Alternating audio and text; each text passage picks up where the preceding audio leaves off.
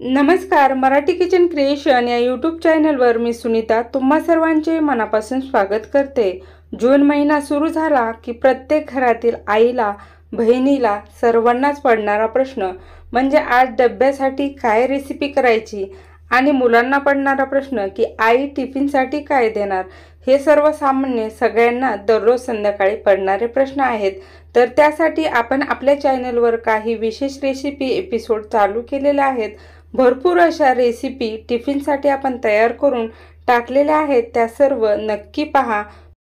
शिवाय या रेसिपी अगदी छोट्या छोट्या टिप्ससह मी तुमच्याबरोबर शेअर केलेल्या आहेत। जर आवडल्या तर कमेंट, शेअर, लाईक आणि सबस्क्राइब नक्की करा। तर आज आपण येथे भेंडीची सुक्की भाजी रेसिपी पाहणार आहोत। त्यासाठी सर्वप्रथम येथे मी पावशेरच्या निम्मे भेंड्या म्हणजे 100 ग्रॅमच्या प्रमाणात भेंड्या काढून घेतल्या। स्वच्छ अशा 2 ते 3 पाण्याने धुवून घेतल्या। त्यानंतर आपण उपरण्याने पुसून घेतल्या किंवा नॅपकिनने पुसून घ्यायच्या। नंतर भेंडी आपल्याला अगदी पातळ अशी चिरून घ्यायची आहे। आता भेंडी सकाळी उठल्यानंतर धुण्याऐवजी तुम्ही रात्री सुद्धा भेंडी धुवून कोरडी करून ठेवू शकता, म्हणजे सकाळी झटपट अशी आपण ती कट करून घेऊ शकतो।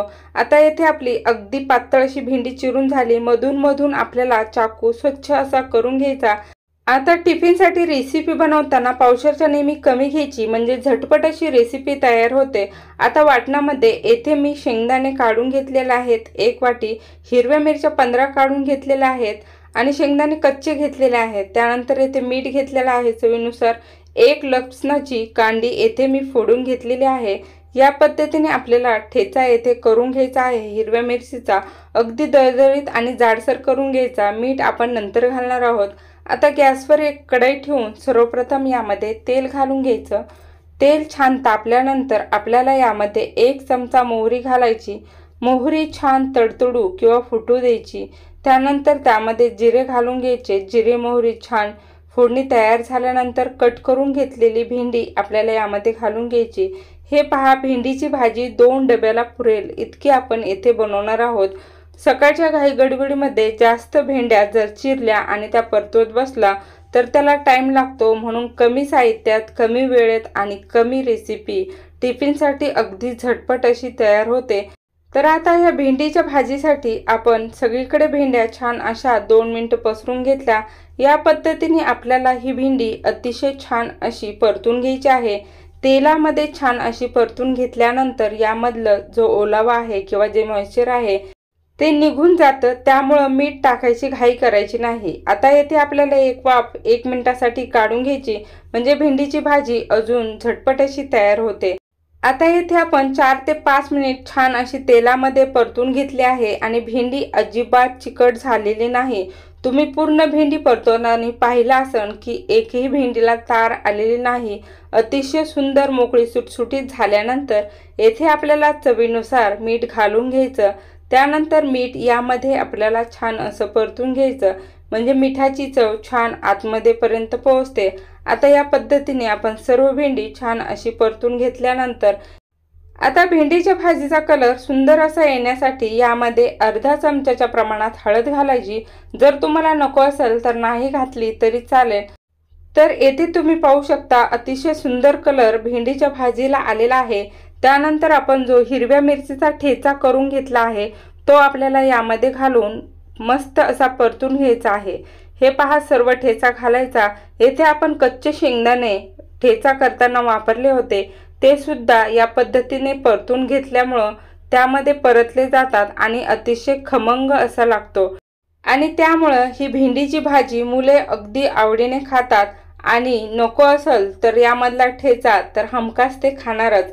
आता 2 ते 3 मिनिट आपल्याला मंद गॅसवर ही छान असे वाफवून घ्यायचे आहे। हे पहा, 2 मिनिटांनंतर आपण झाकण काढल्यावर तुम्ही इथे पाहू शकता की भेंडीच्या भाजीचा कलर छान असा चेंज झालेला आहे। अजून थोडे शेंगदाणे येथे मोकळे सुटसुटीत होण्यासाठी पुन्हा याची 2 मिनिटांसाठी वाफ आपल्याला येथे काढून घ्यायची आहे। आता 2 मिनिटं झाल्यानंतर हे पहा, भेंडीची भाजी आपली छान अशी तयार झाली आहे आणि शेंगदाण्यांना छान लालसर असा कलर आलेला आहे। प्रत्येक 2 मिनिटांनंतर आपल्याला ही भाजी छान असं झाकण उघडून पाहायची आहे। खाली कुठेही लागू द्यायची नाही। अगदी मोकळी सुटसुटीत आपली भेंडीची भाजी रेसिपी डब्यासाठी तयार झालेले आहे। प्रत्येक मुलाची ही आवडती असते। ज्यांना नाही आवडत त्यांना सुद्धा या कडक पद्धतीने खमंग केलेली भेंडीची भाजी टिफिनसाठी नक्की आवडेल आणि ते पुन्हा तुमच्याकडे आवर्जून मागतील। तर इथे रेसिपी तयार झाल्यानंतर थोडीशी थंड होऊ द्यायची। तुम्हाला जर घरी वाढायची असेल तर गरमागरम वाढू शकता, नाही तर टिफिनमध्ये द्यायची असेल तर थोडं थंड करून द्या। गरम भाजी जर टिफिनमध्ये भरली तर ती घामजल्यासारखी होते आणि मुलं खात नाहीत। त्यामुळे भाजी नेहमी थोडीशी थंड करून द्यायची आणि त्यानंतरच आपल्याला इथे डबा मुलांसाठी पॅक करायचा आहे। तर तुम्हाला आजची ही आपली टिफिनसाठी बनवलेली भेंडी रेसिपी कशी वाटली ते मला कमेंट करून नक्की सांगा। व्हिडिओ जर आवडला असेल तर लाईक, शेअर आणि आपल्या चॅनलला नक्की सबस्क्राईब करा। बेल बटन नक्की प्रेस करा। खा प्या आनंदी रहा, एकमेकांची काळजी घ्या। व्हिडिओ पूर्ण पाहिल्याबद्दल तुम्हा सर्वांचे मनापासून धन्यवाद।